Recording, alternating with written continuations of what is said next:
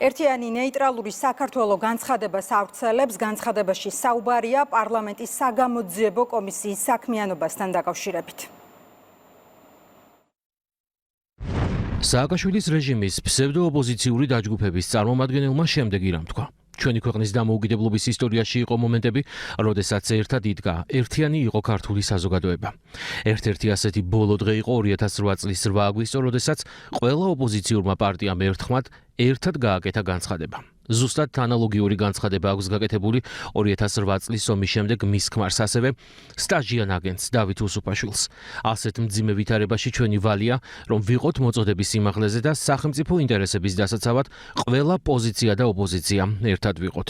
სწორედ ამ განცხადების შემდეგ უსუფაშვილმა საკუთარ თავზე აიღო ეგრეთ წოდებული ოპოზიციის კონსოლიდაცია და თითქმის ყველა მაშინდელი პოლიტიკოსი, რომელიც თავს რეჟიმის წინააღმდეგ მებრძოლად წარმოაჩენდა, ომის გამჩაღებელი რეჟიმის გარშემო გაერთიანდა. უსუფაშვილის შემდეგ ანალოგიური განცხადება გააკეთა მაშინდელმა ფსევდოოპოზიციონერმა გიორგი თარგამაძემ. პარლამენტის ტრიბუნიდან მან რეჟიმს მხარდაჭერა გამოუცხადა და მის კოლეგებს დანარჩენ ფსევდოოპოზიციონერებს მოუწოდა, რომ იდგა ერთიანობის დრო.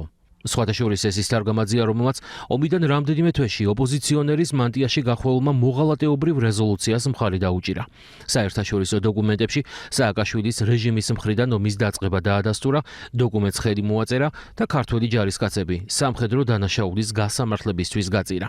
საზოგადოებისთვის კარგად არის ცნობილი, რომ არა ქართული ოცნების ხელისუფლების ძალისხმევა, რომ არა მუხჩაუხრელი შრომა სტრასბურგისა და ჰააგის სასამართლოებში პროცესების შესაძლოა ქართველი ჯარისკაცებისთვის უმძიმესი სცენარით განვითარებულიყო. დღევანდელი გადმოსახედიდან კიდევ უფრო მარტივია მსჯელობა და ანალიზი იმისა, თუ როგორ დაულაგეს უცხოელმა პატრონებმა სააკაშვილს 2008 წლის დავალების შესრულების და ომის გაჩაღების შემდეგ გადარჩენის სპეცოპერაცია. მათ გასცეს დავალება და მათ მიერვე მართული ფსევდოოპოზიცია სრულად გამოიყვანეს იმჟამინდელი ხელისუფლების ყალბი ოპონირების რეჟიმისგან. ეს მისია კი საკუთარ თავზე სწორედ დავით უსუფაშვილმა აიღო. სწორედ მისი უშუალო ხელმძღვანელობით გარედან მიღებული დავალების შესაბამისად შექმნეს ილუზია და განცდა, რომ იმ მომენტში კრიტიკული აზრის გამოხატვა, რეჟიმის მისამართით კითხვების დასმა და ომის თემაზე მათთვის არასასურველ კონტექსტში საუბარი მორალური დანაშაული იყო. სადაო არ არის, რომ უშუალოდ საომარი მოქმედებების დღეებში პოლიტიკოსის მხრიდან ომში მყოფი ხელისუფლების კრიტიკა არ იქნებოდა სწორი. ვისი დაწყებულიც უნდა ყოფილიყო შეერაღებული დაპირისპირება, მაგრამ საინტერესოა, ომიდან 4 და 5 თვის შემდეგ რატომ გააგრძელეს იგივე რიტორიკა უსუფაშვილმა, ხიდაშელმა, თარგამაძემ და მათ გვერდით მყოფმა პოლიტიკოსებმა. ვის ან რის გარშემო იყვნენ გაერთიანებულები? პასუხი მარტივია, მაშინდელ ხელისუფლებასაც და ოპოზიციის დიდ ნაწილსაც ერთი პატრონი ჰყავდათ. დავალებებს ქვეყნის გარედან იღებდნენ და იმ მომენტში, როდესაც აგენტი პრეზიდენტი იყო გადასარჩენი, ყალბი კონსოლიდაციის დავალება მიიღეს და ეს დავალება პირნათლად შეასრულეს. გაერთიანდნენ იმიტომ, რომ თავად იყვნენ მონაწილე იმ დავალების აღსრულების, რასაც საკუთარ ქვეყანაში, საკუთარ ტერიტორიაზე ომის გაჩაღება და საქართველოს ისტორიული მიწების ოკუპაცია მოჰყავდა შედეგად. ფსევდოოპოზიციონერებმა სწორედ ყალბი ერთიანობით სცადეს, როგორმე გაემართლებინათ მათ მიერვე შესრულებული უმძიმესი დავალება, რომელიც ქართული სახელმწიფოს და ქართული ხალხის წინაშე ღალატის ტოლფასია. მართული ოპოზიციის მსგავსად სააკაშვილს ფსევდოდემოკრატიული მედიაც სჭირდებოდა. ზოგადად აგენტურული მმართველობის ერთ-ერთი დამახასიათებელი ნიშან-თვისება ილუზორული პარალელური სამყარო შექმნა და ამ სამყაროში პროპაგანდით გაბრუებული საზოგადოების მარტივად მართვაა, რასაც ზედმიწევნით ზუსტად აკეთებდა მაშინდელი რეჟიმი. ყოფით ნაკლებად პრობლემურ საკითხებზე მაშინდელმა ხელისუფლებამ ფსევდოოპოზიციური მედიის როლი ტელეკომპანია კავკასიას განუსაზღვრა და პარალელურად წამოიწყო ბრძოლა მაესტროს ხელში ჩაგდების მიზნით, რომელიც სრულად კონტროლირებად მედია სივრცეში თავისუფალი სიტყვის კუნძულად რჩებოდა.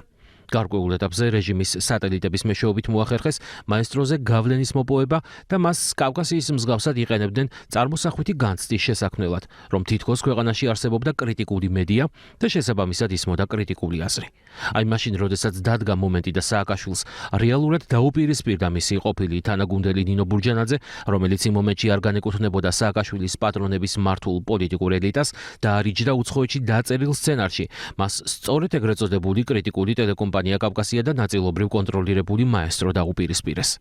ჩვენმა საზოგადოებამ ძალიან კარგად იცის, რომ როგორც სააკაშვილი არასოდეს ყოფილა ჩვენი ქვეყნის ინტერესების დამცველი, ასევე არ ყოფილან უსუპაშვილი ხიდაშელი თარგამაძე და იმდროინდელი ოპოზიციის დიდი ნაწილი ხელისუფლების რეალური ოპონენტები და არც ეგრეთ წოდებული კრიტიკული მედია ყოფილა ჭეშმარიტად კრიტიკული. მათი დიდი ნაწილი კრიმინალური რეჟიმის ფასადურ დემოკრატიას აფარებული ლეღვის ფოთოლი იყო. საზოგადოება ხედავს, რომ იმ პერიოდში რეჟიმთან დაპირისპირებული პარტიებიდან თუ ცალკეული პოლიტიკოსებიდან მხოლოდ რამდენიმეა, ვინც დღესაც მათ წინააღმდეგ და შესაბამისად საქართველოს ინტერესების მხარეს დგას, ვინც არ აღმოჩნდა სხვადასხვა დროს შექმნილ ფანჩატურში. ის ნაწილი კი, რომელიც იმთავითვე ფსევდოოპოზიციად შეიქმნა, დღეს კვლავ ნაცმოძრაობის გვერდით დგას, რაც ადასტურებს, რომ მათ ერთი პატრონი ჰყავდათ და ჰყავთ, რომელიც გასცემს დავალებებს და აღნიშნულ ჯგუფებს ჩვენს ქვეყანაში საკუთარი ინტერესების გასატარებლად იყენებს. თუმცა მათ დასაუბედუროდ ქართულმა ხალხმა ეს პოლიტიკური განტოლება წარმატებით ამოხსნა და ჩვენი საზოგადოების მოტყუება აგენტურას აღარ გამოუვა.